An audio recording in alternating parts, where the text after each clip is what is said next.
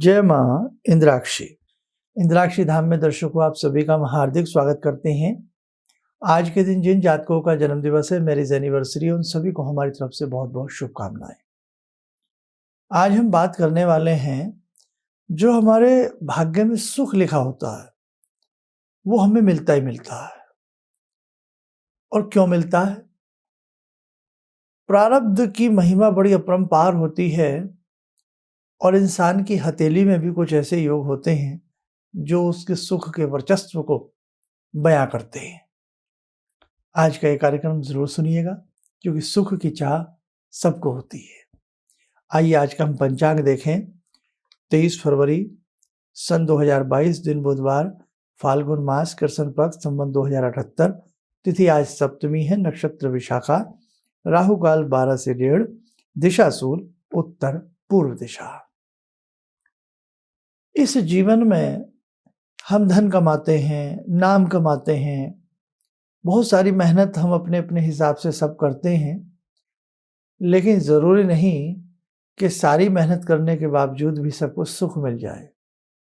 हाँ, सुख हमारे संचय कर्म के आधार पर हमें मिलता है। इसीलिए ऋषियों की वाणी में हमारे पूर्वजों ने, ऋषियों ने, संतों ने समय समय पर यही सुझाया है कि बेटा हमेशा अपने कर्म पर ध्यान रखना, अपना शुभ कर्म करना, तो नवग्रह आपसे प्रसन्न रहेंगे। आइए पहले एक दो बातें मैं आपको आपकी हथेली से बताता हूं, उसके बाद हम कुछ और थोड़ा सा गंभीर चिंतन में उतरेंगे। आपकी हथेली में रेखाएं सबके पास होती हैं। अब इन रेखाओं में ही गुप्त खजाना है। कैसा? हमारे सुख का। लालामी लिए हुए हथेली और साथ में उंगलियों में आगे की तरफ से जाकर के थोड़ा सा नुकीलापन, आपकी हथेली में विद्यमान शनि रेखा, जिसे हम फेट लाइन कहते हैं, ये रेखा स्पष्ट हो दोनों हाथों में, कहीं से भी इसमें कोई कट ना लगता हो, और हथेली में ही विद्यमान आपकी हृदय रेखा, आपकी मस्तिष्क रेखा, और एक रेखा इसमें और जोड़ेंगे, सूर्य रेखा। जो हमारे पुराने दर्शक हैं उन्हें सबको मालूम है ये रेखाएं कहाँ कहाँ होती हैं। सूर्य, शनि, हृदय, मस्तिष्क, ये चार चीजें या चार ग्रह कह लीजिए आप, यदि आपकी हथेली में स्पष्ट हैं, हथेली में थोड़ा सा लंबापन है या उंगलियों में हल्का सा नुकीलापन है, भले ही छोटी हथेली है, तो इस प्रकार की हथेली ये बयां करती है कि ऐसे व्यक्ति को, ऐसे जातक को अपार सुख की प्राप्ति होगी। आपकी जन्म पत्रिका में एक केंद्र होता है, बता देते हैं। आप ये जन्म पत्रिका देखिए, इसमें जहां हम तीर का निशान दिखा रहे हैं, प्रथम भाव, चतुर्थ भाव, सप्तम भाव, दशम भाव, ये केंद्र होता है।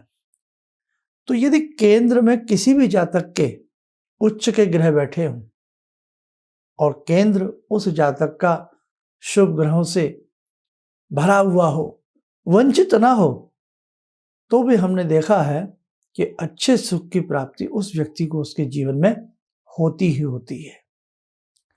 अब जब वो पैदा हुआ, पैदा होने के साथ ही उसके ये ग्रह थे ना भाई। हम कोई भी कुंडली बनाते हैं, किसी भी विधि से बनाएं आप, लेकिन उसकी कुंडली बनेगी तो उसके डेट ऑफ बर्थ के आधार पर ना। तो जब वो जातक पैदा हुआ, संसार में आया, प्रथम सांस ली, उसकी कुंडली में ये ग्रह आ गए। ये आ गए उसके प्रारब्ध के हिसाब से। जैसा उसने पूर्व जन्म में कर्म किया वैसे उसका वहां पर एक नक्शा छप गया कि इस जातक को जीवन में क्या संपत्ति मिलेगी, क्या सुख मिलेगा, उसके जीवन में आ गया। केंद्र भी यदि बलिष्ठ हो तो भी सुख की मात्रा अच्छी रहती है, और केंद्र बलिष्ठ तभी होता है जब उस व्यक्ति में पूर्व जन्म में अच्छे उसने कर्म किए होते हैं। एक बात ध्यान रखना, व्यक्ति कितना ही अन्न से मुंह मोड़ ले, अगर भाग्य में 56 भोग हैं तो उसे जरूर मिलेंगे। वो कुदरत, वो परमात्मा, आप जंगल में चले जाएं, भोजन वहाँ पर भी नसीब होगा। और कई बार आप रेस्टोरेंट पर बैठ जाइएगा, आप बिना भोजन के भी वापस आ जाते हैं।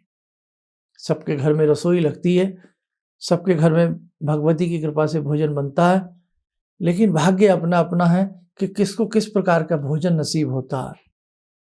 आप ये ना समझे कि बहुत सारा पैसा किसी के घर में है, बहुत धनवान कोई व्यक्ति है, धन्ना सेठ है, तभी उसको भोजन की प्राप्ति होती है।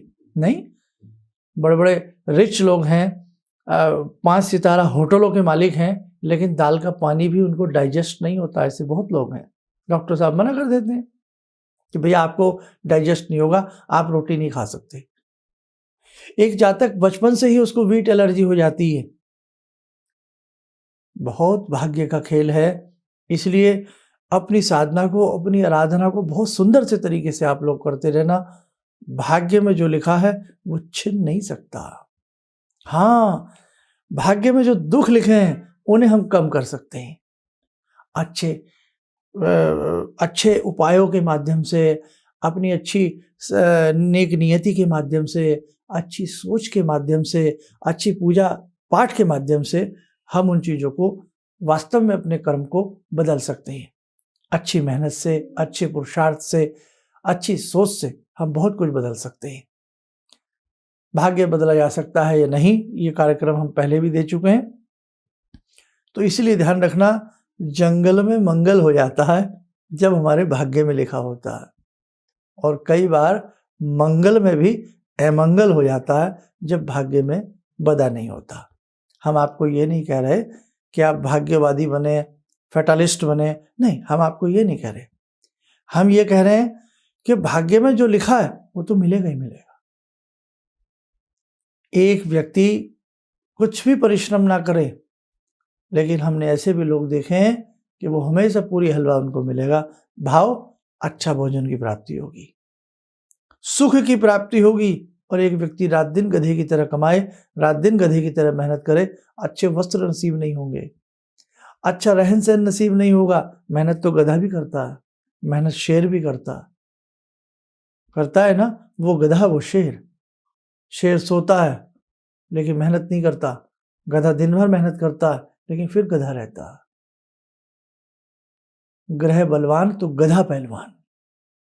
मेरे साथियों, बस आज मुझे यही आपसे कहना था, आपके भाग्य में लिखा है तो सुख मिलेगा।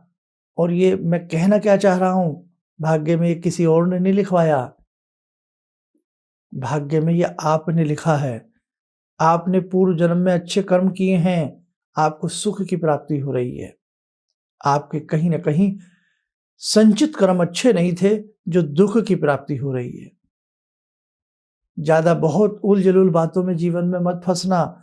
मोटा सा गणित याद रखना कि जैसे हमने कर्म किए हैं हमें वैसी फल की कामना हो रही है हमारे साथ।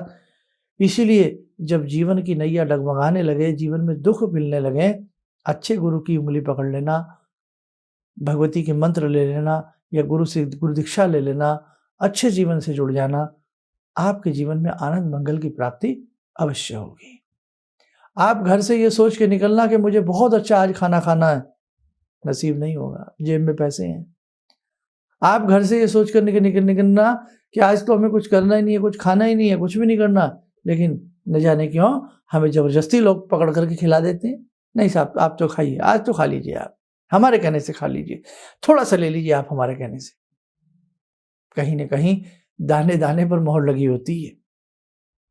इसलिए आप निराश ना हो, प्रसन्न रहें, खुश रहें। भगवान सबके संग हैं, लेकिन भगवान में विवश हो जाते हैं हमारे कर्मों के सामने। इसलिए कर्म की गति बहुत बड़ी गति होती है। हमेशा पैनी निगाह रखना अपने शुभ कर्मों पर भी, और कुछ हमसे गलत ना हो उस पर भी। समय उचला आज की ध्यान साधना का जोड़ते हैं जगदम्बा महाशक्ति से। आइए जुड़े हमारे साथ भगवती की साधना में। ॐ सिन्दूरारुणविग्रहां त्रिनयनां माणिक्यमूलस्फुरात् स्तारानायकशेखरं स्मितमुखी भापेन वाक्षोरुवां पाणिभ्यामलपूर्णरत्नचषकां रत्नोत्परां बिभ्रति सौम्यां रत्नगटस्थरक्तचरणां ध्यायेत् पराम् अम्बिकां खड्गं चक्रगदेषु चापपरिगान् चूलम्बुसुण्डिं शिरा शङ्खं संदधतीं करे स्त्रीनयनां सर्वाङ्गभूषावृतां नीलासमद्युतिमास्य पाददशकां सेवे महाकालिकां यामास्तो स्वपितैहरो कमलजो हन्तुं मधुं कैटवम् विद्युद्दामसमप्रभां मृगपते स्कन्दस्थितां भीषणां कन्याविहकरवालखेटविलसा धस्ताविरासेवितां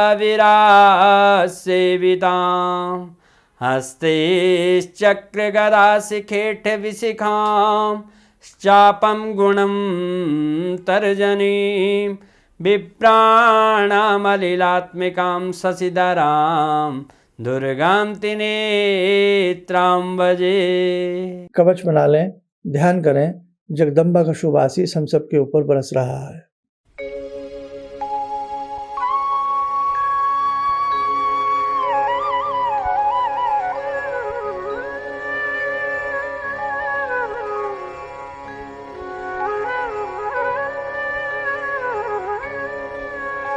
ओम बोलते हुए नेत्र खोलें, सामान्य हो जाएं। देखो साधकों, इस जीवन में ही आनंद है, इस जीवन में ही मोक्ष है, इस जीवन में ही नरक है। इसलिए बहुत अच्छे से जीवन को हम सबको जीना है। जिंदगी का कोई ठिकाना नहीं, कब चला जाए, छिन जाए।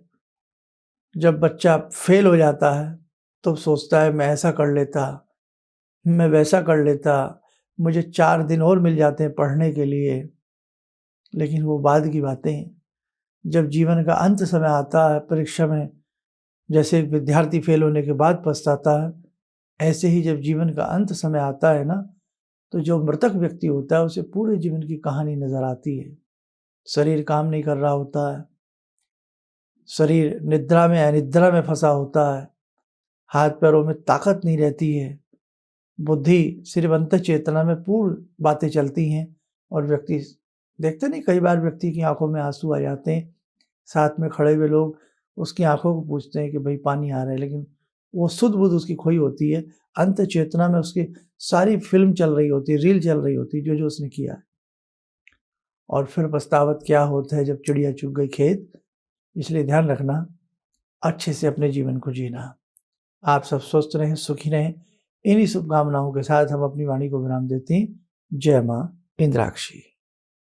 जी, मेरा नाम रवि कुमार सिंह है। मैं छत्तीसगढ़ रायपुर से हूँ। मैं गुरु दीक्षा भी लिया हूँ। इनके बताए मार्ग पर चलने की प्रयास तो पहले से भी कर रहा हूँ और आगे भी करता रहूँगा। और मेरा लोगों से यही कहना है कि इनके बताए मार्ग पर चलें। ऐसा इसलिए कि सच के मार्ग पर चलने वाले बहुत कम लोग मिलते हैं। ये सिर्फ कहते हैं भगवान से जुड़ो और साधना करो, और भगवान से बड़ी शक्ति तो कोई नहीं। गुरु, गुरु के बाद भगवान, गुरु, माता पिता और भगवान, ये 3 चीज़ को अगर हम लोग अपना लें अपने जीवन में, तो फिर नहीं लगता है कि हमें किसी की ज़रूरत पड़े। हमारे लिए तो बस अब जो भी हैं सो गुरु जी ही हैं।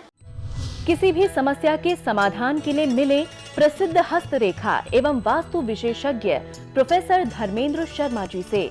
नोट: शिविर में भाग लेने हेतु एवं व्यक्तिगत रूप से मिलने के लिए कॉल करने का समय सुबह 10 बजे से शाम 6 बजे तक।